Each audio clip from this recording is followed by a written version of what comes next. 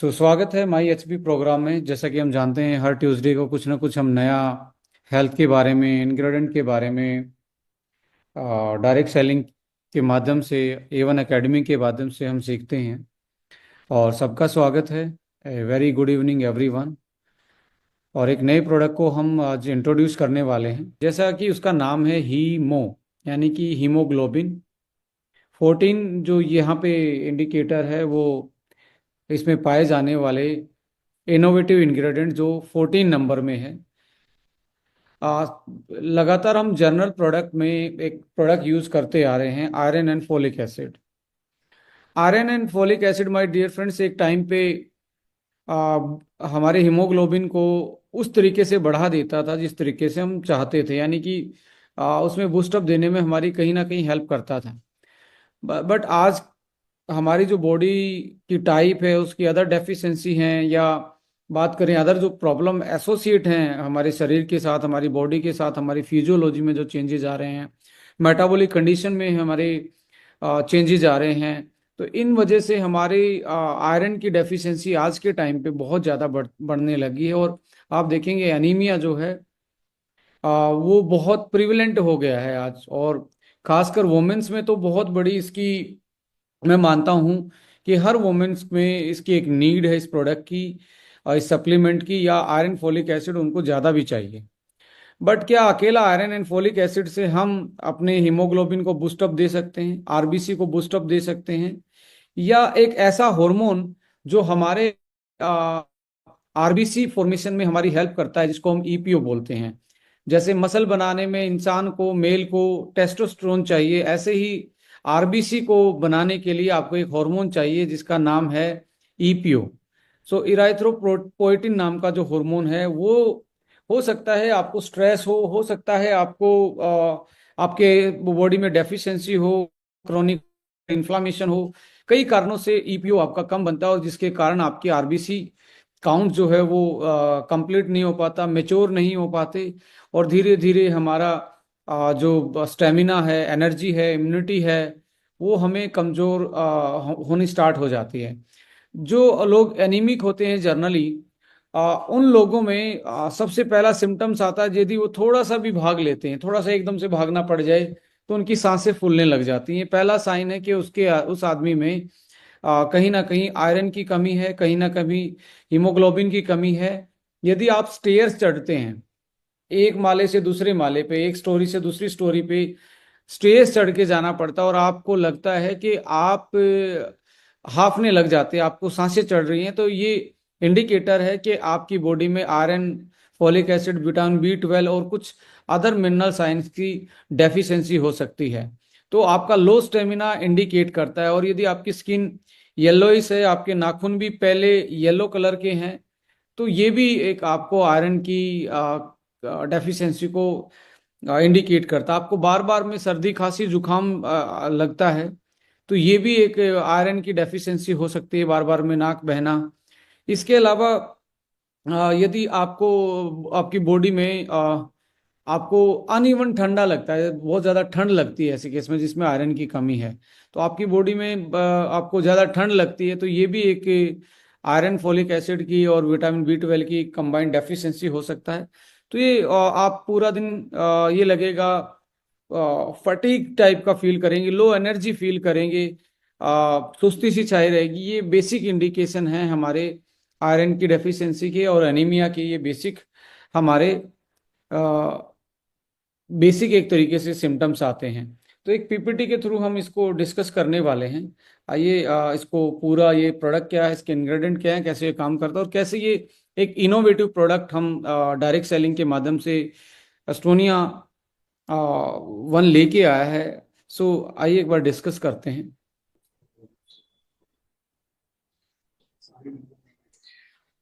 So new product information, let's discuss. हाँ, कौन से वाला प्रोडक्ट है? प्रोडक्ट का नाम है हीमो 14। इससे पहले हम थोड़ा सा डिस्कस करेंगे अनीमिया के बारे में।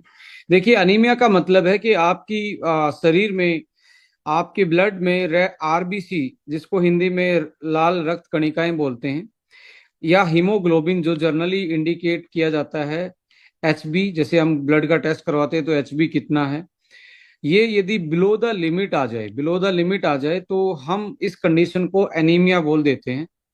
सो इसके कारण आपकी बॉडी में जो आप सांस के थ्रू ऑक्सीजन ले रहे हैं उसकी कैरिंग कैपेसिटी ब्लड की कम हो जाती है। यदि आपका एचबी डाउन है, एचबी डाउन हो गया है, और जो ब्लड है, ब्लड में आप सांस के थ्रू जब ऑक्सीजन ले रहे हैं तो ये जो आरबीसी है ये इसको बाउंड नहीं कर पाती, O2 इसके साथ बाउंड नहीं हो पाता, और बाउंड नहीं हो पाता तो ये बॉडी के अदर ऑर्गन्स में ट्रेवल नहीं कर पाता, और आपकी बॉडी में पूरी तरीके से ऑक्सीजन नहीं पहुंचती, और ऑक्सीजन नहीं पहुंचेगी तो आप लो फील करेंगे।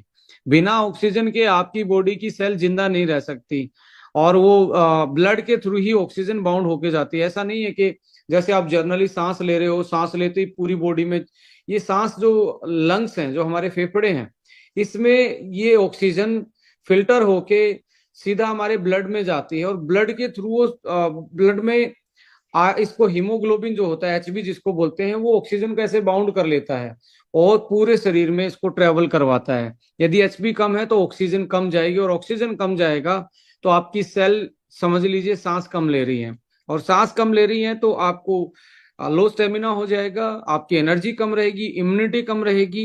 ये चीजें आपको जनरली देखने को मिलती हैं। सो फटीग रहता है, वीकनेस, आपकी स्किन येलो हो जाती है, ब्रीथ आपकी शॉर्ट हो जाती है, और डिजीनेस रहती है। तो यहाँ पे अनीमिया भी बहुत टाइप का होता है। कुछ लोग अनीमिया को देखते हैं ओनली आयरन की डेफिशिएंसी, जो कि मोस्ट कॉमन भी है। और यदि आप देखे जाए तो वर्ल्ड में सबसे ज्यादा किसी भी एक इंग्रेडिएंट की को देख उठा के देखें और उसकी कमी को देखा जाए कि वर्ल्ड में किस चीज की कमी है सबसे ज्यादा, वो आयरन एक ऐसा मेटल आयन है जिसकी कमी सबसे ज्यादा पाई जाती है इंसानों में। इसकी कमी से आपका एनीमिया हो सकता है। फोलिक एसिड की डेफिशिएंसी से भी एनीमिया होता है। और विटामिन B12 यानी कि विटामिन B12 भी कम हो जाए तो इसको परनीसियस अनीमिया बोलते हैं, इससे भी अनीमिया हो सकता है। एप्लास्टिक अमीनिया होता है जब आपका बोन मैरो, यानी कि बोन मैरो कहाँ होता है, ये आपकी हड्डी थी, ये आपकी हड्डी थी, इसके जो अंदर का जो रेड कलर का हिस्सा होता है इसको हम बोन मैरो बोलते हैं। यहीं पे आरबीसी आपकी बनती है, और ये स्प्लीन एक हमारा ऑर्गन होता है, उसमें आके आरबीसी मैच्योर होती है। और किडनी, किडनी में एक हार्मोन बनता है जिसको ईपीओ बोलते हैं। ईपीओ बोन मैरो को मैसेज देता है आरबीसी बनाओ, और आरबीसी बन के स्प्लीन में आके मैच्योर होती हैं, और वो मैच्योर होके हमारे शरीर का एक तरीके से अभिन्न हिस्सा होती हैं। तो ब्लड एक टिश्यू है, ब्लड कोई एक सिंगल सेल नहीं है, क्योंकि डिफरेंट डिफरेंट सेल एक तरीके से आप इसमें देख पाते हो।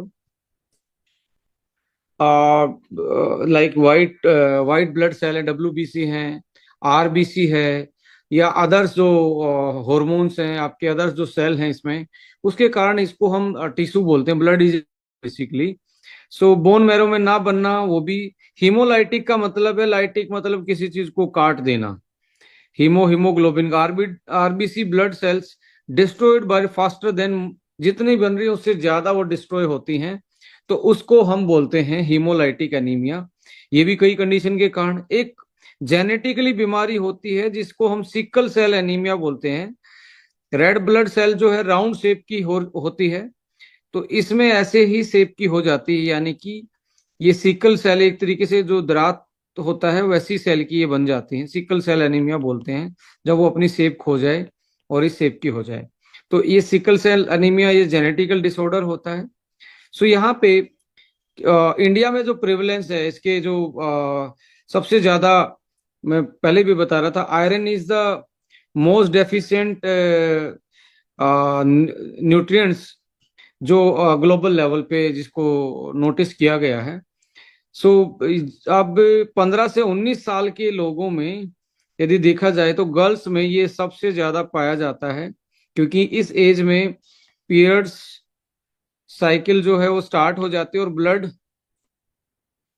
का लॉस हर महीने होना, और लो डाइटरी इंटेक करना, और न्यूट्रिशन पूरा ना होना, इसकी वजह से आज की गर्ल्स में ये बहुत ज्यादा देखने को मिलता है, यंग जो गर्ल्स हैं। इसके अलावा बॉयज में तो एक 31% है, जस्ट बिकॉज पीरियड साइकिल का एक डिफरेंस है मेल और फीमेल में, उसकी वजह से ये डिफरेंस है। वोमेन जो 15 से 49 साल के बीच में है उनको 57% प्रिविलेंस है, और प्रेग्नेंट वोमेन में 52%। और मेन की बात की जाए तो यहाँ पे 25% आयरन की डेफिशिएंसी होती है मेल में। तो यानी कि फीमेल में ऑलमोस्ट ये डबल से ज्यादा की डेफिशिएंसी देखने को मिलती है। और ये इसके कॉजेज जो होते हैं आयरन की डेफिशिएंसी, जैसा हम जानते हैं, poor diet, blood loss, folic acid, vitamin B12 की डेफिशिएंसी, क्रोनिक डिजीज, किडनी की बीमारी है तो ईपीओ नहीं बनेगा। ईपीओ चाहिए, ये हार्मोन है, ये आरबीसी बनाने के लिए ये आपको हार्मोन चाहिए। किडनी में ही होता है, किडनी की बीमारी में अक्सर आप किडनी के पेशेंट को देखेंगे तो अनीमिया उनमें मिलता है, खून की कमी मिलती है। कैंसर की बीमारी में भी आप देखेंगे आपका आरबीसी जो है वो कम होना स्टार्ट हो जाता है, एंड लाइक हीमोग्लोबिन भी आपका डिप्लीट करना स्टार्ट करता है। हैवी पीरियड साइकिल की जो ब्लीडिंग है ऐसी फीमेल्स में उनको भी देखने को मिलेगा ज्यादा। प्रेगनेंसी में भी फीटस की डेवलपमेंट में आयरन फोलिक चाहिए आपको, तो उसकी प्रेगनेंसी में भी आपकी डिमांड बढ़ जाती है। और आयरन की डेफिशिएंसी से ये देखने को जनरली देखने को मिलता है कि आपके बाल बहुत ज्यादा झड़ते हैं। कुछ लोग शिकायत करते हैं मेरे बाल बहुत ज्यादा झड़ते हैं। यदि आपके बाल बहुत ज्यादा झड़ते हैं, हेयर फॉल ज्यादा अनवांटेड हो रहा है, और आप स्टेयर चढ़ते ही या हल्का सा तेज चलते ही, हल्का सा भागते ही, दौड़ते ही सांस चढ़ रहे हैं, तो इसका मतलब है आयरन और प्रोटीन की डेफिशिएंसी के कारण हो सकता है। तो अपनी डाइट में आयरन और प्रोटीन को थोड़ा सा बढ़ाएंगे तो आप हेयर फॉल को आप एक तरीके से इस प्रॉब्लम से निजात पा सकते हैं, सॉर्ट आउट कर सकते हैं इसको। इसके अलावा पुअर एब्जॉर्प्शन, अब एब्जॉर्ब नहीं कर पाएगी यदि बॉडी, तो आप खा रहे हैं बट आपके पेट से गट लाइन से ये एब्जॉर्ब नहीं हो पा रहा, तब भी आप में अनीमिया होने के चांसेस हैं। गट डिसऑर्डर, जिसका पेट खराब रहता है, कॉन्स्टिपेशन रहता है, हाइपर एसिडिटी रहता है, बाउल आपका इरिटेबल बाउल सिंड्रोम है, कोलाइटिस की प्रॉब्लम है, लीकी गट है, इस कंडीशन में आपको पेट जिसका खराब रहता है उस केस में भी आपको अनीमिया होने के चांसेस ज्यादा हैं। और आज तो आप जानते हैं गट हेल्थ एक बहुत बड़ा इशू है। तो कुछ लोग हमारे लाइक जैसे हम ब्रेन वाले प्रोडक्ट में भी प्रोबायोटिक ऐड करते हैं, हार्ट वाले प्रोडक्ट में भी प्रोबायोटिक ऐड करते हैं, तो कुछ लोग कहते हैं जी ब्रेन में और हार्ट में क्यों प्रोबायोटिक?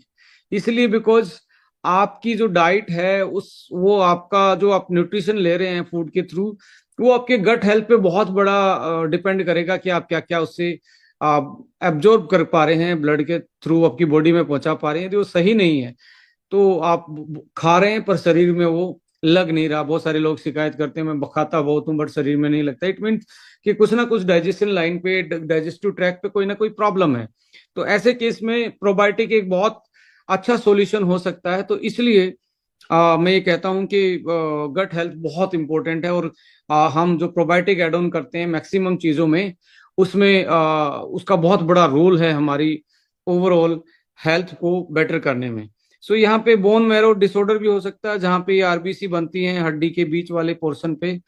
इसमें भी कोई दिक्कत है तो उसकी वजह से भी आपके अनीमिया होने के चांसेस होते हैं। सो अनीमिया यानी कि आरबीसी काउंट कम ही आपको मिलेंगी ब्लड में, और जो नॉर्मल है उसमें ये आरबीसी ज्यादा मिलेंगी, right. So in this way हम यदि बात करें तो देखिए इन्फ्लामेशन का अनीमिया के साथ बहुत बड़ा एक तरीके से लिंकअप है। इन्फ्लामेशन होता क्या है? इन्फ्लामेशन का मतलब होता है सूजन। अब आपको ये यहाँ पे तो देखो ब्लड की ये आपको वेन्स और आर्टरीज और वेन्स दिखती हैं हाथ पे, पर मैं ये कहता हूं जैसे सपोज करो यहाँ पे आपकी किडनी है, यहाँ पे किडनी है,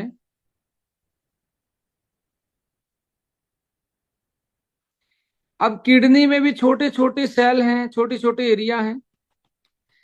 ब्लड तो इसको भी चाहिए ना। तो यहाँ बिल्कुल फाइन, बिल्कुल फाइन, मैं इससे भी नहीं बना पा रहा, इतनी फाइन कैपिलरीज होती हैं जिसको हम माइक्रो फिल्ट्रेशन बोलते हैं, माइक्रो सर्कुलेशन बोलते हैं, माइक्रो सर्कुलेशन। यदि बॉडी में हल्का सा भी सूजन बढ़े अलग अलग एरिया में, तो हमारे मेन ऑर्गन्स के उन हिस्सों में खून कम जाना स्टार्ट हो जाता है जहां हमें बहुत ज्यादा जरूरत है, जैसे ब्रेन में, लीवर में, किडनी में, आपके हार्ट में। तो जिसके कारण हमारी बॉडी की फंक्शनलिटी कम होती है। और इन्फ्लामेशन जो है, वो बेसिकली जो क्रोनिक इन्फ्लामेशन है वो करता क्या है, वो एक ऐसा केमिकल बनाता है, साइटोकाइनेज, जो आयरन के एब्जॉर्प्शन को ब्लॉक कर देता है। अब इन्फ्लामेशन किस चीज से होता है? इन्फ्लामेशन कम सोते हैं उससे भी इन्फ्लामेशन, टाइम पे नहीं खाते, टाइम पे नहीं सोते, इन्फ्लामेशन होगा। ज्यादा फ्राइंग ऑयल खा रहे उससे भी इन्फ्लामेशन होगा, ज्यादा फ्राई फूड फूड खा रहे उससे भी इन्फ्लामेशन होगा, ज्यादा आप शुगर इंटेक कर रहे हैं उससे भी इन्फ्लामेशन होगा। सोडा ड्रिंक है, पेस्ट्री है, बेकरी है, स्वीट्स हैं, ये क्या है? ये सारे इन्फ्लामेटरी फूड हैं। चिप्स हैं आपकी, फ्रेंच फ्राइज हैं, फास्ट फूड है, ये इन्फ्लामेटरी फूड होता है। अब अच्छा फूड कौन सा होता है? मोटे अनाज से बना फ्रूट्स, सब्जियां, ये क्या है? ये नॉन इन्फ्लामेटरी, एंटी इन्फ्लामेटरी होता है, बल्कि इन्फ्लामेशन होने से बचाते हैं आपको। सैलेड, फ्रूट्स, ये सारी चीजें।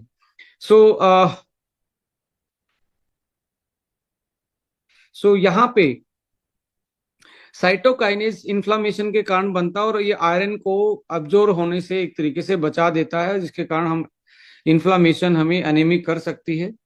Suppress red blood cell production, bone marrow में यदि जो आपकी रेड ब्लड बननी थी, आरबीसी बननी थी, उसको ये एक तरीके से कमजोर कर देता है उस पर्टिकुलर चीज को, और जिसके कारण एनीमिया हो सकता है। एक हिपसिडिन नाम का एक हार्मोन होता है, वो आयरन के trap the iron in storage, storage में ही रख देता है और अनअवेलेबल कर देता है ब्लड फॉर्मेशन को। अवेलेबिलिटी नहीं होगी, अवेलेबल नहीं होगा, तो ब्लड फॉर्मेशन नहीं हो सकता। सो इन्फ्लामेशन बहुत बड़ी चीज है जो शरीर को कहीं ना कहीं धीरे धीरे डैमेज करना स्टार्ट करती है। तो इसलिए 6 घंटे की नींद, ज्यादा पानी, फ्रूट सैलेड, मोटा अनाज, प्रोबायोटिक चीजें, सैलेड, ये सारी चीजें लेनी चाहिए इंस्टेड ऑफ द मैदा है, चीनी है, रिफाइंड ऑयल है, फ्राई चीजें हैं, और बार बार में खाना, ये सारी चीजें क्या हैं, इनको अवॉइड करना चाहिए। कुछ लोग अब सोचते हैं कि सर आयरन फोलिक से काम चल जाएगा, नहीं चलने वाला। बॉडी में इन्फ्लामेशन है, बॉडी में इन्फ्लामेशन है तो वो आयरन को एब्जॉर्ब ही नहीं करने देगी। ऐसे केस में आपको आयरन की किस फॉर्म, आप कौन सी फॉर्म ले रहे हैं, वो भी इंपॉर्टेंट होगा। यहाँ पे गट हेल्थ, यदि आपका पेट खराब होता है तो कैसे आप में खून की कमी हो सकती है? पुअर गट हेल्थ की वजह से आपका आयरन का, फोलिक एसिड का और B12 का एब्जॉर्प्शन है वो रिड्यूस हो जाता है, वो नीचे चला जाता है, जिसकी वजह से आप एनेमिक हो सकते हैं। गट कंडीशन जैसे इरिटेबल बाउल जो डिजीज होती है, सीलिएक प्रॉब्लम है, फूड एलर्जी है किसी को, वो इंटेस्टाइन जैसे आपकी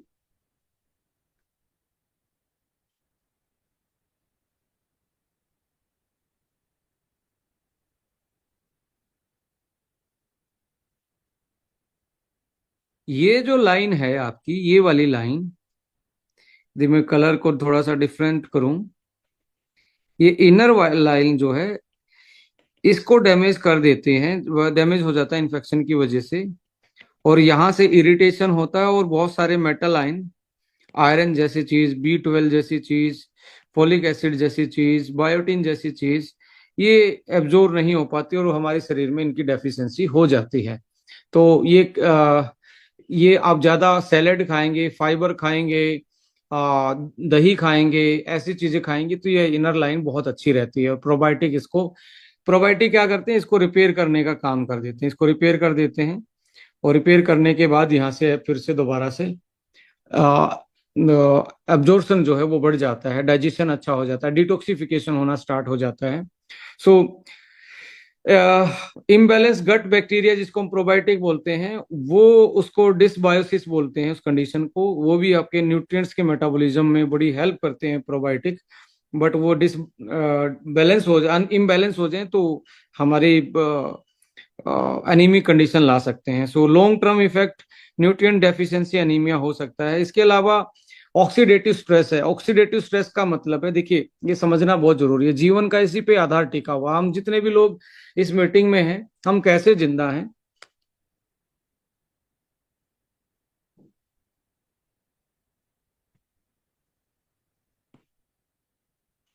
हम जिंदा कैसे हैं कि हम ऑक्सीजन हमने ली सांस में, ऑक्सीजन कहाँ गई? लंग्स में। लंग्स में मिलती है ब्लड में, ब्लड के से जाती है सेल में, सेल में होता है माइटोकॉन्ड्रिया, जिसको generally power house of cell कहते हैं। जैसे ये सेल था, ये इसका न्यूक्लियस था, यहाँ एक तरीके से पावर हाउस ऑफ, ये ऐसे माइटोकॉन्ड्रिया पड़े होते हैं। ये ऑक्सीजन कहाँ पे गई? माइटोकॉन्ड्रिया में। यहाँ पे आपने जो खाया था उससे बना हुआ था ग्लूकोज, जिसका केमिकल फॉर्मूला ये है, इसको बोलते हैं ग्लूकोज। ग्लूकोज पे ऑक्सीजन माइटोकॉन्ड्रिया पे अटैक करती है और ग्लूकोज टूट जाता है पानी में, कार्बन डाइऑक्साइड में और एनर्जी में। अब आप लेते ऑक्सीजन हो और छोड़ते कहाँ पे क्या हो? Carbon dioxide. ये कहाँ से आए? ये लंग्स में गया, लंग्स से ब्लड में गया, ब्लड से सेल में गया, सेल में माइटोकॉन्ड्रिया था। जैसे आपके घर में चूल्हा है होता है, लकड़ी कहाँ पे जाएंगी? चूल्हे में, तभी आप खाना पका पाएंगे। ऐसे ही हमारा ग्लूकोज कहाँ जा रहा है? माइटोकॉन्ड्रिया में। माइटोकॉन्ड्रिया में जाके यहाँ पे कुछ एंजाइम की हेल्प से ऑक्सीजन इसको ब्रेक डाउन करती है और इस एनर्जी को हम बोलते हैं एटीपी। ये एनर्जी है एटीपी। यही फाइनल जिसके कारण मैं बोल पा रहा हूं, आप सुन पा रहे हैं, देख पा रहे हैं, हाथ हिला पा रहे हैं। असली में जो ग्लूकोज है इसमें कन्वर्ट होता है और एक ग्लूकोज मोलिकुल 32 एटीपी बनाता है। और जैसे हमारी उम्र कम हो जाती है तो हम 32 की बजाय ये कम होना स्टार्ट हो जाता है, किस उम्र के हिसाब से? 20, 18। इसलिए हम जब जैसे हमारी उम्र बढ़ती है तो हमारी यंग एज में तो बहुत एनर्जी हमें दिखती है, वेट हम ज्यादा उठा पाते हैं, दौड़ ज्यादा पाते हैं, सांस कम चढ़ते हैं। जैसे उम्र बढ़ती है तो वैसे ही हमारे सांस ज्यादा चढ़ते हैं, वेट उठाने की कैपेसिटी कम हो जाती है। रीजन क्या है? कि हमारा ग्लूकोज पूरी तरीके से एनर्जी में कन्वर्ट नहीं हो पाता है। सो यहाँ पे अब भाई साहब जो ये वाला प्रोसेस है, इसमें एक चीज और बनती है, उसको बोलते हैं फ्री रेडिकल। फ्री रेडिकल का मतलब है ये एक तरीके से आतंकवादी है। इसको जो फंसेगा उसी को ये हिट करेगा, उसी को ये डैमेज पहुंचाएगा। अब ये डैमेज कैसे? कि ये किसी भी सेल पे अटैक कर सकता है। अटैक करेगा तो सेल मेम्ब्रेन को डैमेज कर सकता है, और सो सेल मेम्ब्रेन को डैमेज करेगा, अंदर जाएगा तो ये सेल को बीमार कर सकता है। तो ऐसे करके डैमेज करता है। अभी आपकी बॉडी में ऑक्सीडेटिव स्ट्रेस, मैंने क्या बोला था? ऑक्सी का मतलब ऑक्सीजन, डेटिव ऑक्सीजन का के कारण जो रिएक्शन हुई, इसके कारण स्ट्रेस जो आई है, स्ट्रेस किस फॉर्म में? फ्री रेडिकल फॉर्म में जो स्ट्रेस आई है, उस यदि ये होगी तो ये हमारी आरबीसी को, क्योंकि आरबीसी भी क्या है? आरबीसी क्या है? सेल है। ये आरबीसी को अटैक कर सकते हैं। और ब्लड लेवल पे सबसे ज्यादा ऑक्सीडेटिव स्ट्रेस होती है, क्योंकि सारी चीज ब्लड के थ्रू ही होके जाती है। पेस्टिसाइड का लोड भी ब्लड में है, फ्री फैटी एसिड का लोड, आपका कोलेस्ट्रॉल बढ़ा हुआ है। ऐसे कंडीशन में आपके आरबीसी के सरवाइव करने के चांसेस, जैसे कि आरबीसी ने 120 दिन सरवाइव करना था, तो हो सकता है ये 90 दिन ही सरवाइव कर पाए। तो ऐसे करके आप जो स्ट्रेस है, और बड़े बुजुर्गों ने बड़ा अच्छे से फरमाया है, चिंता चिता के समान होती है।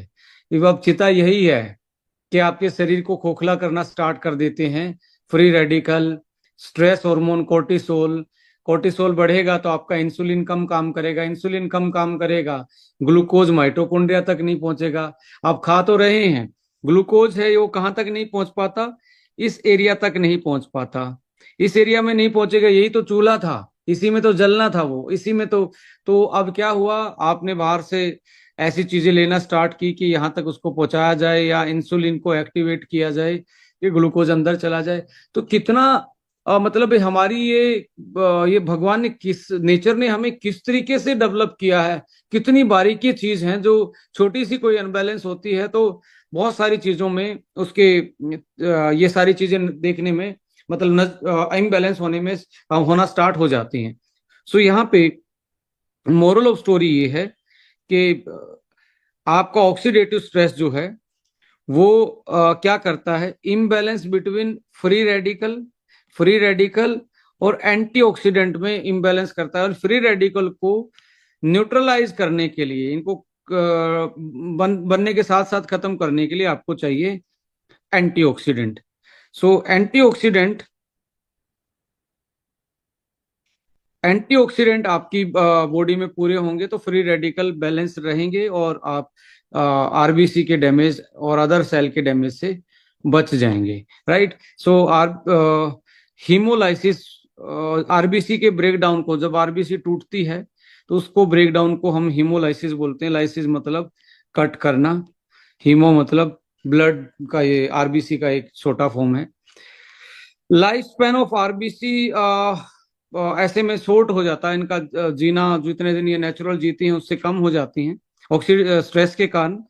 और बोन मैरो एफिशिएंसी, जो आपकी हड्डी के अंदर वाला जो रेड कलर का बोन मैरो है, इसकी एफिशिएंसी भी ये कम हो जाती है, जिसके कारण ब्लड सेल बन ही नहीं पाती। सो क्रोनिकल जो डिजीज है, इन्फेक्शन है, माल न्यूट्रिशन है, ये सारे के सारे ऑक्सीडेटिव स्ट्रेस हमारी बॉडी में करते हैं और कहीं ना कहीं हम एनीमिया का शिकार इसकी वजह से भी हो जाते हैं। सो इसके अलावा आप देखेंगे, अभी मैं एक एग्जांपल देता हूं, आप इसको समझने की कोशिश कीजिए। आयरन सबसे ज्यादा किसमें मिलता है, हरे पत्तेदार सब्जियां। तो मैं यहाँ पे दो वर्ड लिख रहा हूं, हरी, मेरी हिंदी थोड़ी सी ऐसी है, थोड़ा सा एडजस्ट कर लेना, मीनिंग पे जाना, लिख कैसे रहा हूं वो उस पे मत जाना। हरी सब्जी यानी कि ग्रीन वेजिटेबल्स। राइट। एक है हरे रंग की सब्जी। अब इसमें बहुत बड़ा फर्क है, बहुत बड़ा डिफरेंस है। जब आप हरे पत्तेदार सब्जी को फ्राइंग कर देते हैं तो वो हरे रंग की रहती है, हरी सब्जी नहीं रहती है। और कुछ लोग कहते हैं मैं तो खा ही रहा हूं। अब आपने इसमें से विटामिन, मिनरल्स, आयरन जैसी चीजों को खराब कर दिया है फ्राई करके। तो आप हरी सब्जी, हमारे जो पहले की जो ट्रेडिशनल जो प्रोसेसिंग थी, उसको उबाल के खाया जाता था, इवन उसमें लाइक थोड़ा सा आटा डाला जाता था हरी सब्जी में बनने के साथ, कि वो एक तरीके से अच्छे से मिक्स हो जाए उसमें आयरन न्यूट्रिएंट्स। उसको अपनी अपनी लैंग्वेज में, जनरल लैंग्वेज में कुछ भी बोलें आप, बट ये एक प्रोसेसिंग का तरीका था, न्यूट्रिएंट्स को बचाने का तरीका था। तो बट आज हरी सब्जी आप मार्केट से लेके आ रहे हैं पर पेट में जा रही है हरे रंग की सब्जी। तो थोड़ा सा देखिए कि हम फ्रूट्स कितने खा रहे हैं, सैलेड कितने खा रहे हैं। सो इसकी वजह से भी हमारी प्रोसेसिंग जो है, फूड प्रोसेसिंग है, वो भी कहीं ना कहीं हमारे एक्टिव मिनरल्स को, एक्टिव लाइक एंटीऑक्सीडेंट को और जो हीट सेंसिटिव मॉलिक्यूल्स हैं, बायो एक्टिव मॉलिक्यूल्स हैं, लाइक बी कॉम्प्लेक्स है, आपका B12 है, आपका B6 है, B3 है, जो कहीं ना कहीं हमें ब्लड फॉर्मेशन में हेल्प करते हैं, उनको भी वो डिस्ट्रॉय कर देती है। तो इसलिए हम लेके आए हैं इन सारी चीजों को। अकेला आयरन से काम नहीं चलने वाला, क्योंकि इतनी चीजें आपकी बॉडी में आज ये चल रही हैं। इन सारी चीजों को देखते हुए हम लेके आए हैं जिसका नाम है Hemo, a natural blood booster. Hemo 14 इसमें आप देखेंगे ये अकेला एक इस not just a iron folic acid, ये क्या है, हीमोफोर्टीन है, जो कि 14 in 1 फॉर्मूला, एक में 14 टाइप की चीजें डली हुई हैं। नेचुरल ब्लड बिल्डर और comprehensive formula enriched with herbal extract इसमें डले हुए हैं। इसेंशियल विटामिन मिनरल्स डले हुए हैं, एंटीऑक्सीडेंट डले हुए हैं। और ये हम प्राउडली बोल सकते हैं, we are the first global company at the global level जो आयरन फोलिक एसिड एडवांस रूप में पहली बार आयरन फोलिक एसिड के साथ प्रोबायोटिक लेके आए, the first company in the global market जो आयरन फोलिक एसिड को एडवांस रूप में लाके प्रोबायोटिक के साथ लाए हैं। प्रोबायोटिक के साथ लेके आने का मकसद ये नहीं है कि मार्केट में हल्ला मचाना है या हमें अलग दिखना है। आज हमारे गट की हेल्थ सही नहीं है, आप ऊपर से आयरन खा रहे हैं, अब्जॉर्ब नहीं हो पा रहा, तो इसलिए गट सही रहेगा तो आपकी डाइट से भी जो ले रहे हैं वो भी आपका अच्छे से, आपकी बॉडी उसको यूटिलाइज कर पाएगी, अब्जॉर्ब कर पाएगी। और आपका गट को धीरे धीरे हील करना भी हमारा एक तरीके से होलिस्टिक अप्रोच का एक जो हम बोलते हैं अपने मेडिसिन 3.0 कॉन्सेप्ट जो वर्ल्ड में एमर्ज कर रहा है, और उसमें हार्बो न्यूट्रीजेनिक्स एक, मैं कहता हूँ बहुत अच्छी तरीके से उस पूरे कॉन्सेप्ट को प्रैक्टिकली विजुलाइज करवा पा रही है, प्रैक्टिकली आपको एक्सपीरियंस दे पा रही है। सो उसमें आप मान सकते हैं हार्बो न्यूट्रीजेनिक्स में एक ये भी फॉर्मूला ऐड हो गया है जो first time iron folic acid with probiotic लेके आए हैं, और बहुत सारे हर्बल एक्सट्रैक्ट और विटामिन मिनरल्स और एंटीऑक्सीडेंट के कारण। सो यहाँ पे अभी फॉर्मूला देखेंगे, iron, quatrefolic, B12, vitamin C, zinc, RBC और आयरन अब्जॉर्प्शन में हेल्प करते हैं। उसके बारे में बहुत डीपली डिस्कस करेंगे। इसमें magnesium, B12, beet root, moringa, spinach, quatrefolic EPO booster हैं, और आपके आरबीसी और एक तरीके से एंटीऑक्सीडेंट के रूप में ये हेल्प कर रहे हैं। यहाँ पे B3 है, B3 भी एनएडी में चेंज हो जाता है। एनएडी प्लस जो है वो एक तरीके से सर्ट्यून्स जीन को एक्टिवेट करता है, और सर्ट्यून्स जब एक्टिवेट होते हैं तो हमें एंटी एजिंग इफेक्ट देते हैं, आप लंबे टाइम तक यंग बनते हैं। तो यहाँ पे B3 जो है, और साथ में ट्रांस रेस्वेराट्रोल है, ये एंटी एजिंग फैक्टर, ये पहला आयरन फोलिक एसिड है जो एंटी एजिंग फैक्टर के साथ डेवलप किया गया है कि आपका एक तरीके से स्किन की क्वालिटी भी इंप्रूव होगी, और आपके हेयर भी एक तरीके से हेयर ग्रोथ में भी आपको काफी ये हेल्पफुल रहेगा जब इसमें B3 और B6 और साथ में आपका जिंक, मैग्नीशियम, आयरन और ट्रांस रेस्वेराट्रोल इसमें साथ मिलके एक तरीके से हेल्प करेंगे। तो immunity, antioxidant, anti ageing formula भी आप इसको बोल सकते हैं। सो थोड़ा सा इंग्रेडिएंट इनसाइट में देखेंगे, quatrefolic, dear friends, we are the first company in India जो क्वार्टरफोलिक को इंडिया में लॉन्च करने वाली इंडिया की ये पहली कंपनी है। और क्वार्टरफोलिक जो है फोर्थ जनरेशन फोलेट माना जाता है, यानी कि ये बायो एक्टिव होता है जिसको हम 5-MTHF बोलते हैं। ये क्या है इसको मैं थोड़ा सा आपके साथ शेयर करना चाहूंगा। देखिए, आप गूगल कीजिए, गूगल आप एक होमवर्क कीजिए, व्हाट इज क्वार्टरफोलिक। ये वर्ल्ड का बेस्ट फोलिक एसिड होता है जो पेटेंटेड है, और एक तरीके से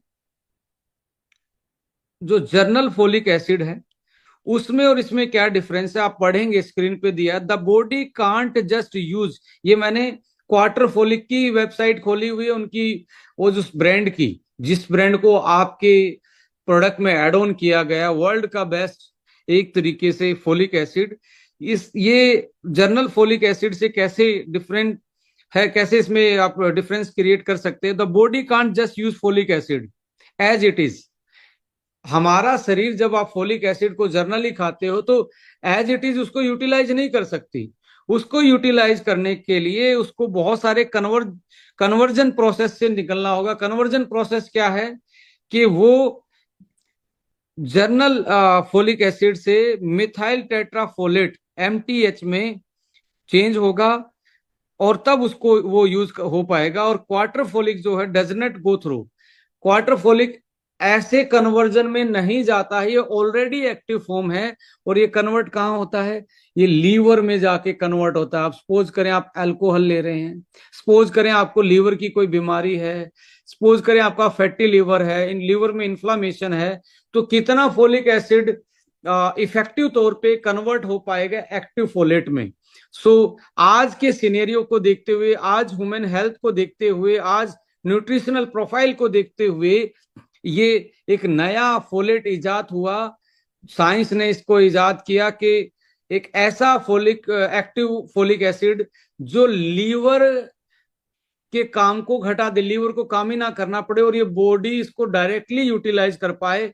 सो अब यहाँ पे ऊपर ये जो ऊपर देख रहे हैं फोलिक एसिड, फोलिक एसिड जब आप सप्लीमेंट में लेते हैं तो डीएचएफ में बदलता है, डीएचएफ टीएचएफ में बदलता है, और टीएचएफ 510, ये आप ये जो ऊपर डायग्राम सा दिख रहा है ना फ्लो चार्ट, इसमें देख रहे हैं 510 मिथाइल टीएचएफ, फिर 5 मिथाइल टीएचएफ के बाद ये कन्वर्ट होता है MTHFR, और लास्ट में 5 MTHF। और ये 5 MTHF जो है यही एक तरीके से क्वार्टर फोलिक कहलाता है। अभी यहां से ऊपर से चल के यहां तक लीवर ने इसको चेंज करना था, बट हमने सीधा क्वार्टर फोलिक लिया जो लीवर को कोई भी काम ना करना पड़े, डायरेक्टली आपकी बॉडी इसको यूटिलाइज कर पाए। ये लगभग लगभग 8 गुना ज्यादा एक तरीके से पोटेंशियल होता है नॉर्मल फोलिक एसिड से, 8 गुना ज्यादा पावरफुल होता है, पोटेंट होता है। सो आप नीचे जाएंगे, क्वार्टर फोलिक के बारे में दिया, इनोवेटिव फोलेट है और dietary ingredient design to act as a nutrient in all areas where folic acid and folate supplement are recommended and allowed.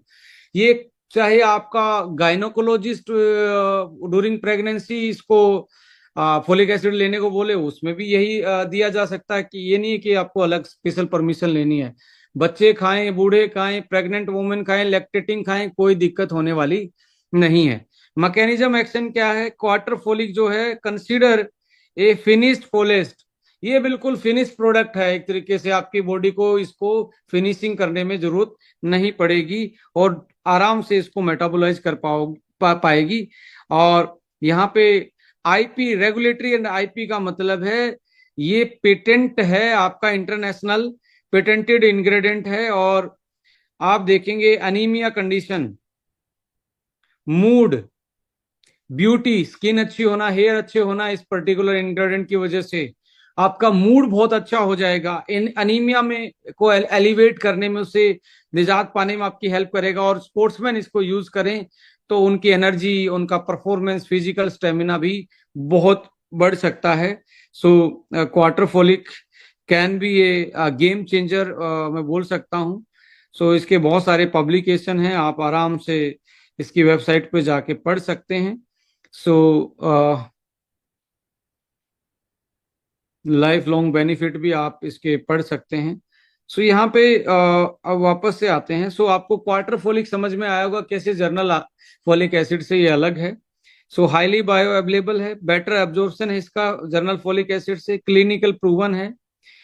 आपका अनमेटाबोलाइज्ड फोलिक एसिड जो है, जो लीवर उसको कन्वर्ट ही नहीं कर पाता पूरे को, ये एक तरीके से उस प्रोसेस को रिड्यूस करता है।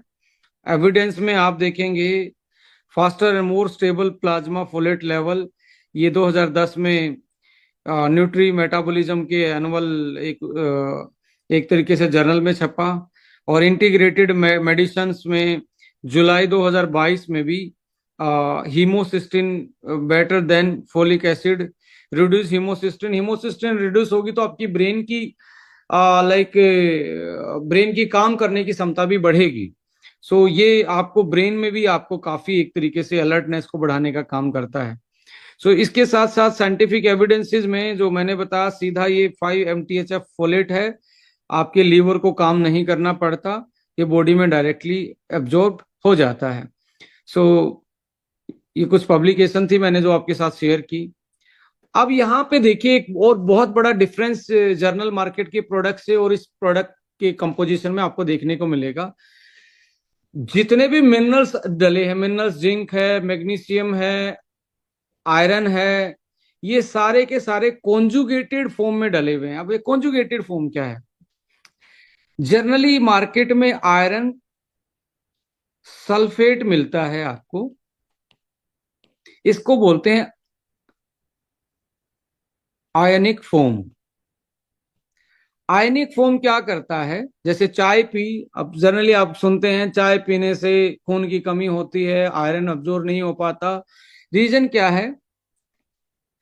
चाय में जो एल्कलॉइड होते हैं वो आयन को बाउंड कर लेते हैं, और आयन को बाउंड करके बॉडी में एब्जॉर्ब होने से रोक देते हैं, और ये डायरेक्टली लैट्रिन के थ्रू बाहर निकल जाता है। राइट। सो ऐसे उसमें आपकी company scientific evidences based ingredient, innovation, advisory panel, formulation, इन सारी चीजों के कारण जानी जाती है। तो कंपनी ने क्या सिलेक्ट किया कि हम कि इसको कोई ऐसी चीज इसको बाउंड करे, इसको बाउंड कर ले, हम पहले ही इसको ऐसी चीज से बाउंड करवा दें कि ये दूसरे के साथ एसोसिएशन ना बनाए और शरीर से बाहर ना निकल जाए। तो इसको कॉन्जुगेट किया गया, इसको चिलेटिंग टेक्नोलॉजी बोलते हैं। चिलेट करना यानी कि बाउंड करवाना। अमाइनो एसिड से क्या बनता है? प्रोटीन। ऐसे नेचुरल अमाइनो एसिड से इसको पहले से ही कॉन्जुगेट करवाया हुआ कि दूसरे के साथ ना मिलके बायो अनअवेलेबल ना हो जाए। सो यहां देख रहे हैं बिस ग्लाइसिनेट, आयरन के साथ ग्लाइसिन नाम का अमाइनो एसिड जुड़ा हुआ है। ये इसको एब्जॉर्बेंस को भी बढ़ाता है, ये इसको बाहर निकलने से भी रोकता है, ज्यादा मैक्सिमम यूटिलाइज आप कर पाते हैं। इसके अलावा एक ऐसी चीज होती है आयरन, आयरन के साथ एक ऐसी चीज है, यदि आयनिक फॉर्म में है, आयनिक फॉर्म में माय डियर फ्रेंड्स आपको एक चीज और देखने को मिलेगी कि यहां पे यदि ज्यादा आप आयरन ले लेते हैं और आयनिक फॉर्म में है, और आयरन का आपका एक ही मतलब होता है कि आयरन पे जंग लगता है। ज्यादा ले लिया तो बॉडी में ऑक्सीडेटिव स्ट्रेस, फिर से मैं उसी चीज को रिपीट कर रहा हूं, ऑक्सीडेटिव, जो फ्री रेडिकल बन रहा था आयरन उसके साथ कोरेसिव हो जाता है, यानी कि जंग लग जाता है अंदर जाके। उसके कारण आपकी बॉडी में आपकी सेल को ये ज्यादा डैमेज कर सकता है। इसके कारण ब्रेन हेमरेज जैसी कंडीशन भी पैदा हो सकती है, कैंसर जैसी कंडीशन भी पैदा हो सकती है। अब आयरन को जंग से बचाने के लिए क्या करते हैं? जनरली हम पेंट कर देते हैं, सेस और नो, पेंट कर देते हैं। तो एक तरीके से ग्लाइसिनेट इसके साथ मिल गया तो ये एक तरीके से पेंटेड आयरन हो गया। जनरली समझाने की कोशिश कर रहा हूं, तो इसमें जंग नहीं लगेगा। सो आप एक्स्ट्रा भी खा गए तो आपकी बॉडी में इसका कोई भी ज्यादा साइड इफेक्ट होने वाला नहीं है। किडनी, लीवर पे इन पे साइड इफेक्ट होने वाला नहीं है। तो जनरली मार्केट में आपको सल्फेट फॉर्म में, इन सारी फॉर्मों में मिलता है, तो उससे कहीं बहुत बेहतर है एब्जॉर्बेंस में और सेफ्टी में। सो स्टडी के मुताबिक 2023 में जो न्यूट्रिशन के रिव्यू पेपर में पब्लिश स्टडी के अनुसार 2023 में जो लेटेस्ट पब्लिकेशन है, फेरस बिस ग्लाइसिनेट यानी कि आयरन जो ग्लाइसिनेट फॉर्म में है वो 2 से 4 गुना ज्यादा बायो अवेलेबल है, ज्यादा बॉडी उसको यूटिलाइज कर सकती है as compare to the ferrous sulphate जो जनरली मार्केट में देखने को मिलता है। तो यानी कि 2 से 4 गुना ज्यादा बॉडी इसको यूटिलाइज कर सकती है। और फेरस सल्फेट के कारण आपको देखेंगे आपका जीआई डिस्कम्फर्ट होता है, आपका इंटेस्टाइन डिस्कम्फर्टेबल फील करता है। पर बिसग्लाइसिनेट के कारण आपके गट लाइन पे भी, आपके इंटेस्टाइन में कोई भी डिस्कम्फर्ट पैदा नहीं होती है। सो ये हीमोग्लोबिन के सिंथेसिस को एफिशिएंटली बढ़ाता है। Ideal for those who sensitive digestion और पुअर आयरन अब्जॉर्प्शन सॉरी, ये ऐसे लोगों के लिए बहुत आइडियल है जिनको डाइजेशन की प्रॉब्लम रहती है। जिनको डाइजेशन की प्रॉब्लम रहती है तो सल्फेट फॉर्म उनको एब्जॉर्ब वो कर ही नहीं पाते हैं, तो ये एक तरीके से उनके लिए बहुत सेफ ऑप्शन होता है। That is why we choose ferrous bisglycinate form, जिसको चिलेटिंग आयरन आयरन बोलते हैं। और अब दूसरा जो इसमें आप एक मिनरल आयन देख रहे हैं, मैग्नीशियम भी ग्लाइसिनेट फॉर्म में। बहुत सारे लोग मैग्नीशियम को भी सल्फेट फॉर्म में यूज करते हैं या ऑक्सीडाइज फॉर्म में, आयनिक फॉर्म में यूज करते हैं। यहाँ एक कॉन्जुगेटेड है और बेस्ट मैग्नीशियम माना जाता है। मैग्नीशियम सबसे अच्छा क्या करता है, मसल को रिलैक्स करता है और नींद दिलाने में आपकी हेल्प करता है और हीमोग्लोबिन को बिल्ड करने में आपकी हेल्प करता है। सो मैग्नीशियम जो है highly bio available, gentle on stomach, आपकी स्टमक पे भी कोई ज्यादा एक तरीके से प्रॉब्लम नहीं क्रिएट करता है as compare to other common magnesium salt, जो ऑलरेडी साइंस में प्रूव है, पुरानी साइंस में भी प्रूव है। Chelated form of magnesium is better absorb, no laxative. Magnesium की वजह से दस्त लग सकते हैं, लग्जेटिव ज्यादा आप सल्फेट फॉर्म में खाएंगे। ग्लाइसिनेट सेफ माना जाता है, कोई भी इसके कारण लग्जेटिव इफेक्ट नहीं होता है, ज्यादा एब्जॉर्ब होता है। और red blood cell production, magnesium क्या करता है, रेड ब्लड सेल प्रोडक्शन में आरबीसी प्रोडक्शन को बढ़ाता है और ऑक्सीजन के ट्रांसपोर्ट, यानी कि ब्लड में ऑक्सीजन के ट्रांसपोर्ट को बढ़ाता है, जिसके कारण आपकी मसल की कैपेसिटी, स्पोर्ट्स परफॉर्मेंस और फिजिकल परफॉर्मेंस आपका बढ़ता है, स्टेमिना आपका बढ़ता है। सो ये फटीग को, मसल क्रैम्प को और स्ट्रेस रिलेटेड सिम्टम्स को मैनेज करने में आपकी हेल्प करता है। और जिसमें आयरन की कमी होती है वो बड़ा चिड़चिड़ा होता है, साथ में मैग्नीशियम भी डाल दोगे तो उसका मूड सही रहना स्टार्ट हो जाएगा। तो आयरन के साथ मैग्नीशियम का बहुत अच्छा कॉम्बिनेशन है ये। इसके साथ साइंटिफिक एविडेंसेस में देखेंगे, magnesium glycinate versus magnesium oxide, patient with ileal resection, magnesium diglycinate represent high bioavailable form of magnesium that is absorbed in part as a intact dipeptide in the proximal small intestine। कहने का मतलब ये है कि भाई साहब, science ने ये प्रूव किया हुआ है कि मैग्नीशियम जो है ग्लाइसिनेट फॉर्म में बहुत अच्छे से एब्जॉर्ब होता है as compare to other form of the magnesium. या the effect of oral ferrous bisglycinate supplementation on hemoglobin and ferritin concentration in adult and children, ये meta analysis randomised control trial में भी पाया गया। और यहाँ पे effect of ferrous bisglycinate supplementation of haemoglobin and ferritin concentration in adult and children, दोनों बच्चे और अडल्ट में भी ये मेटा एनालिसिस में कंट्रोल में पाया गया कि ये हीमोग्लोबिन और फेरेटिन की कॉन्सेंट्रेशन को बढ़ाता है। सो यहाँ पे 25 ferrous bisglycinate 25 mg iron is an effective and ferrous sulphate, यानी कि फेरस सल्फेट 50 mg खाना पड़ेगा और फेरस बिस्ग्लाइसिनेट 25 में ही काम चल जाएगा आपका, तो इतना इफेक्टिव है ये। सो यहाँ पे एंटीऑक्सीडेंट क्यों डाले, क्योंकि ऑक्सीडेटिव स्ट्रेस को कम करेंगे, इन्फ्लामेशन को कम करेंगे, जिसके कारण बॉडी में जो आरबीसी जल्दी मारी जा रही थी और कम बन रही थी और डिस्ट्रक्ट ज्यादा हो रही थी, उसको प्रिवेंट करने का काम करेगा। और साथ में विटामिन सी इसमें डाला गया है जो आयरन के एब्जॉर्बेंस को और ज्यादा बढ़ाता है। आपको पता है बेस्ट कॉम्बिनेशन होता है विटामिन सी प्लस आयरन का। आयरन वैसे ही इसमें बिस्ग्लाइसिनेट फॉर्म में है, साथ में विटामिन सी भी है, और एक ऐसा पेटेंटेड मॉलिक्यूल है बायोप्रिन जो कि 30% एक्स्ट्रा अब्जॉर्बेंस करवाने में, एब्जॉर्ब करवाने में हेल्प करता है, पेटेंटेड है वो भी यूएसए का। Enhance non haem iron absorption by 2 to 3 times।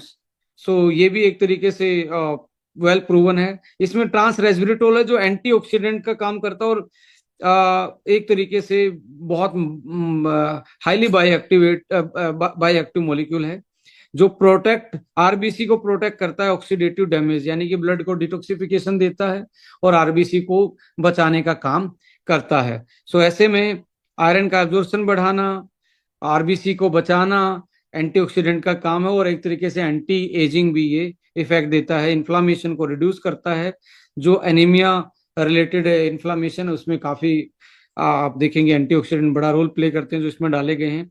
Bone marrow और आरबीसी के प्रोडक्शन को सपोर्ट करते हैं ये।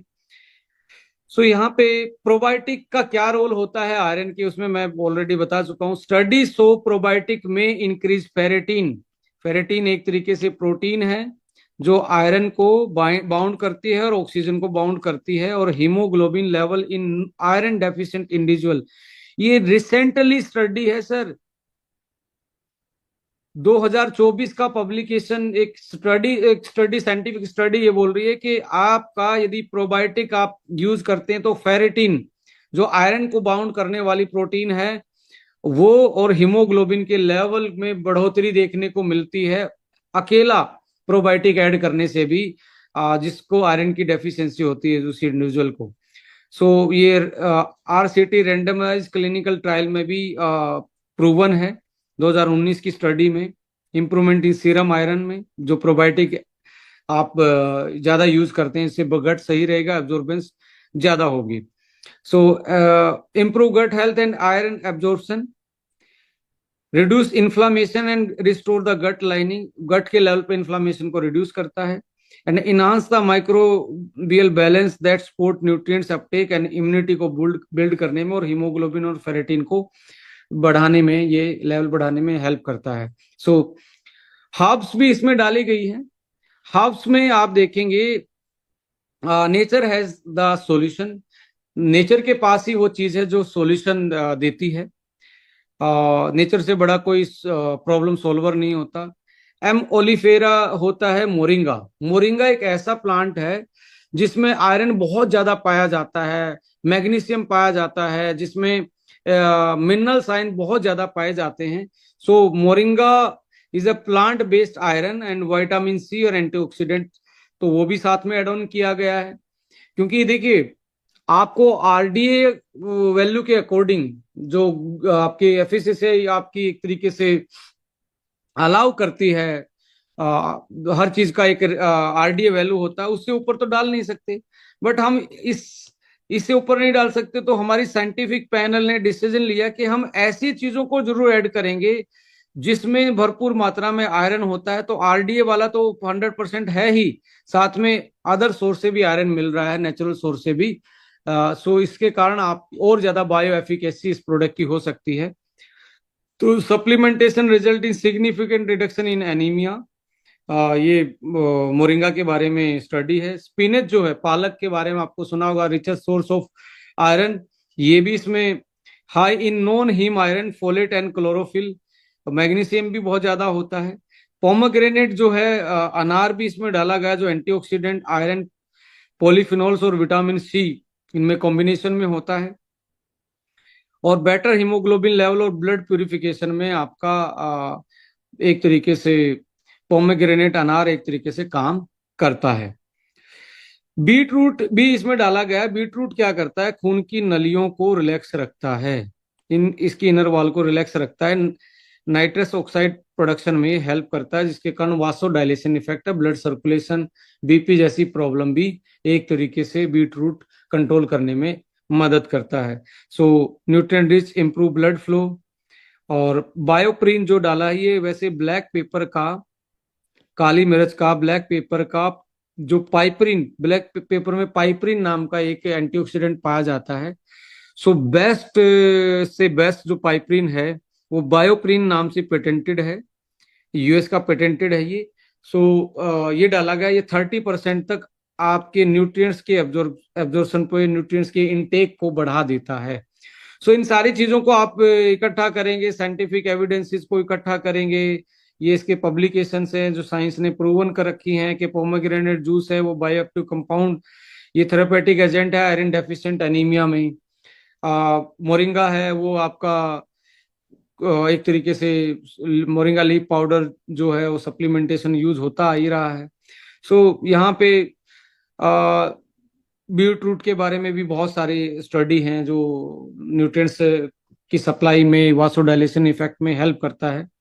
सो बेनिफिट क्या है, EPO बूस्टर है, erythropoietin and RBC red blood cell production में हेल्प करता है, फटीग जो रहता है उसको रिड्यूस करता है, maintain haemoglobin level, has to reduce iron deficiency, immune system को इंप्रूव करता है, जो बार बार में एलर्जिक रिएक्शन हो रही है, बार बार में सर्दी जुकाम खांसी, जल्दी बीमार होते हैं, लो इम्यूनिटी, वो आयरन की कमी मेन देखने को मिलते हैं, उसमें इंप्रूवमेंट करता है। आपका ब्रेन फंक्शन को इंप्रूव करता है और एथलेटिक परफॉर्मेंस को, आपके स्टेमिना को इंक्रीज करता है। यहाँ पे जो EPO है, इराइथ्रोपोइटिन, क्या होता है, hormone produced primarily by the kidney that stimulate वो एक तरीके से मैसेज देता है बोन मैरो को to produce RBC. Bone marrow के को ये स्टिमुलस देता है कि आरबीसी बनाइए, और आरबीसी बनेगी तो ब्लड बनेगा। सो ये आरबीसी प्रोडक्शन में हेल्प करता है। ऑक्सीजन डिलीवरी टू टिश्यू, आपके ऑक्सीजन को पहुंचाने में हेल्प करता है। और recovery from the anaemia and blood loss के केस में ईपीओ बूस्टर दिए जाते हैं जो जल्दी से रिकवरी करते हैं। ऑक्सीजन कैरी कैपेसिटी बढ़ जाती है जिसके कारण एथलेटिक्स परफॉर्मेंस, बहुत सारे एथलीट जो होते हैं, लॉन्ग रनर होते हैं या रनर जो होते हैं, वो ईपीओ बूस्टर खाते हैं जिसके कारण ऑक्सीजन ज्यादा कैरी कर पाए, और ज्यादा कैरी कर पाएगा तो उसकी मसल में क्रैम्प कम आएंगे और मसल उसकी ज्यादा परफॉर्म कर पाएगी फिजिकल एक्टिविटी को। So low EPO level is called as anaemia of a chronical disease and nutrient deficiency. So यहाँ पे beetroot enhance blood flow and stimulate I EPO. Moringa erythropoiesis poiesis यानी कि RBC के production को बढ़ाता है। Magnesium को factor का काम करता है EPO signal and bone marrow support में। और spinach pomegranate initial for RBC formation. And zinc, इसमें जिंक भी डला हुआ है, और B6 एंड B3 भी डला हुआ है जो ईपीओ के फंक्शन और डीएनए सिंथेसिस में हेल्प करता है। यानी कि एक तरीके से न्यूट्रीजेनोमिक्स की हम बात करते हैं तो उसमें B3, जिंक, ट्रांस रेस्वेराट्रोल मिलके सपोर्ट करते हैं इन चीजों को। सो वाई हीमो 14+, आई थिंक ये बताने की जरूरत नहीं रही होगी। हीमो हीमो 14+ ही क्यों? हाईएस्ट बाय अवेलेबल जितने भी इंग्रेडिएंट हैं वो आज तक के, ये मान के चलें अभी तक के फॉर्मुलेशन में ये one of the best formulation है। सो जेंटल है, स्टमक पे भी हाई एब्जॉर्प्शन है। Herbal extract, beet root, moringa, spinach, pomegranate, haemoglobin boosting और एंटीऑक्सीडेंट सपोर्ट है। Quatrefolic active form of better utilisation है। प्रोबायोटिक गट के हेल्प को इंप्रूव करता है, आयरन के एब्जॉर्प्शन और अदर न्यूट्रिएंट्स के एब्जॉर्प्शन को सही रखता है। और antioxidant, trans resveratrol, herbal extract free radical को, ऑक्सीडेटिव स्ट्रेस को मैनेज करने में काम करते हैं। और डिलीवरी सिस्टम है इसमें, हाई अवेलेबिलिटी जो है उसको बढ़ाने के लिए, अवेलेबिलिटी को बढ़ाने के लिए बायोक्रीन जैसी चीजें इसमें डली है। और विटामिन सी मिलके इसको और ज्यादा बायोअवेलेबल बनाने का काम करता है। सो रिकमेंडेड क्या है? 2 कैप्सूल पर डे आप यूटिलाइज कर सकते हो। यदि आपको 40+ हो और आपको ज्यादा हीमोग्लोबिन कम नहीं है, बॉर्डर लाइन पे, तो डेली 1 कैप्सूल भी लिया जा सकता है। आपके बच्चे अभी लड़की गर्ल्स के केस में 12 साल में पीरियड स्टार्ट हो गए हैं तो उसके केस में 1 पर डे आपको दिया जा सकता है। और ये मेरा मानना है एक जो 1 कैप्सूल है वो इतने रुपए में के आसपास आने वाला है। मुझे नहीं लगता कोई जूस भी आधा गिलास से भी नीचे वाला जूस इसको पूरा कर पाएगा इतनी चीजों को। तो एक तरीके से बहुत अफोर्डेबल प्राइस में लॉन्च होने वाला है, इस महीने के एंड में ये आपकी बिलिंग में आने वाला है। So ideal for the individual iron deficiency anaemia, symptoms of iron, किसी टाइप का भी एनीमिया क्यों ना हो, सिकल सेल एनीमिया को छोड़ के किसी टाइप का एनीमिया क्यों ना हो, चाहे वो B6 की कमी से हो, आयरन की से हो, B12 से। अब B12 जो है, आप लोगों में कमियां हैं, पर B12 भी जो आपको डेली 100% चाहिए वो भी इसमें 100% में डला हुआ है, तो अलग से B12 खाने की जरूरत नहीं है। सो प्रेग्नेंट वुमेन हो, पीरियड साइकिल मेंस्ट्रुएशन में हो, यानी कि किसी भी स्टेज में क्यों ना हो, उस केस में आप इसको यूटिलाइज कर सकते हैं। और एथलीट के लिए तो एक तरीके से आप जो रनर है उसको तो आपने एक बार ये बोल दिया ना कि ये ईपीओ बूस्टर है और एचबी बढ़ा देता है, भाई साहब वो लूट मार के आपके प्रोडक्ट को लेके जाएंगे। उनके केस में ईपीओ को वो जानते हैं, राइट? जो रनर हैं, जो एथलीट हैं, चाहे वो रेसलर हैं, बॉक्सर हैं, उनको एक बार ईपीओ के बारे में आप थोड़ा सा पढ़ के समझाना स्टार्ट करेंगे तो जितनी भी स्पोर्ट्स की एकेडमी चलती हैं, आप अच्छे से अपने प्रोडक्ट को डेमोस्ट्रेट कर सकते हैं। आपके आसपास कहीं पे जिम में या ग्राउंड में बच्चे एक तरीके से प्रैक्टिस करते हैं, तो आज जरूर आप स्टडी कीजिए व्हाट इज ईपीओ और इसका एथलेटिक परफॉर्मेंस में क्या रोल होता है। और आयरन, फोलिक एसिड और साथ में B6, जिंक और मैग्नीशियम का क्या रोल होता है। यदि आप किसी एथलीट को ये समझाना स्टार्ट करेंगे या जिम जाने वाले को, वो ऑलरेडी इन चीजों के बारे में जानते हैं, या किसी मेडिकल प्रोफेशनलिस्ट को भी आप ये एक तरीके से बताएंगे, तो वो भी इन चीजों को बहुत अच्छे से समझ पाएंगे। और इस प्रोडक्ट को मैं ये कहता हूँ, पिछले वाले प्रोडक्ट में बहुत सारे रिजल्ट देखने को मिले थे। किसी का 9 आपका एचबी रहता था, तो महीने महीने में 12 तक एचबी हमने देखा है। एक्सपेक्टेड ये है इस फॉर्मूला से कि ये आपके एचबी लेवल को, देखिए वेरिएशन तो आएंगे, बट मैं ये कहता हूँ ऑन एवरेज ये आपको 20 से 30 दिन में आपको आयरन को नॉर्मल रेंज में, हीमोग्लोबिन को नॉर्मल रेंज में ले जाने का मादा रखता है। बशर्ते आप इस प्रोडक्ट को रेगुलर यूज करें, अपने थोड़े से न्यूट्रिशन पे, डाइट पे फोकस करें, थोड़ी एक्सरसाइज करें, और एक तरीके से प्रॉपर नींद लें। कुछ चीजें इसके साथ ऐड ऑन करेंगे तो आप बेटर एक तरीके से अपने एनीमिक कंडीशन को और अपनी परफॉर्मेंस को, फिजिकल परफॉर्मेंस को, हेयर्स को, स्किन को, इम्यूनिटी को, स्टेमिना को बिल्डअप रख सकते हो और मेंटेन रख सकते हो। और शेयरिंग प्रोग्राम था, और आप इसको वापस से यूट्यूब पे भी देख सकते हैं, जाके फिर से सुन सकते हैं। ये ऐसा इसमें अलग क्या है। जनरली ये आयरन एक सिंपल आयरन फोलिक एसिड नहीं है, बहुत एडवांस आयरन फोलिक एसिड है। जनरली एक जो टैबलेट है आयरन फोलिक एसिड की मार्केट में जो आती है, आ, उसकी आप 4 से 5 टैबलेट खाएंगे, इसका एक कैप्सूल खाएंगे बराबर काम करने वाला है। बल्कि ये एक तरीके से इफेक्टिवली काम करने वाला है, जस्ट बिकॉज ऑफ इसका जो कॉम्बिनेशन है, इसमें जो चीजें हैं। क्योंकि अकेला आयरन फोलिक एसिड से आपका आरबीसी बढ़ने वाला नहीं है। स्ट्रेस है बॉडी में, गट लाइन पे तकलीफें हैं, आपके पेट में प्रॉब्लम है, और एक तरीके से आप देखेंगे फास्ट एजिंग चल रही है। ये सारी चीज़ें जो हैं वो हमें इस प्रोडक्ट को इनोवेट करने में, आज की प्रॉब्लम को देखते इस प्रोडक्ट को हमने इनोवेट किया है। और मार्केट से जो फीडबैक आते हैं हम इन पे बहुत काम करते हैं। आने वाले कल में एक कॉन्सेप्ट पे भी हम काम कर रहे हैं।